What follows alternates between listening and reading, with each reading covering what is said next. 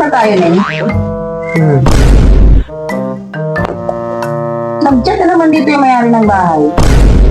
Ang sabi? Bayaran daw natin ng tubig, kuryente. Ano ba yan? Hindi ka na dito nakakaintindi sa mga ano ng bahay. Pagdadating sa trabaho, wala ka nang ginagawa, tulog, tapos alis. Yung mga bata, hindi mo na inaasikaso. Mga tapit bahay dun, wala tayong tubig. Kailan pa? Puputulan na tayo, anong gusto mo?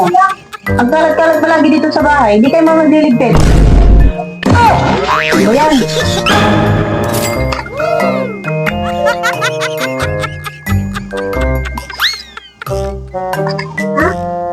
Ito. Mag-inom ka lang dyan. Kahit hanggang bukas. Gusto mo, huwag ka naman pumasok sa Camilo. Isang linggo? Oo. Sige. Pag gusto mo pa ng pulutan, sabihin mo lang sa akin, ha? Marami pa to. Mauubos ko to. Oo, huwag ka nang pumasok.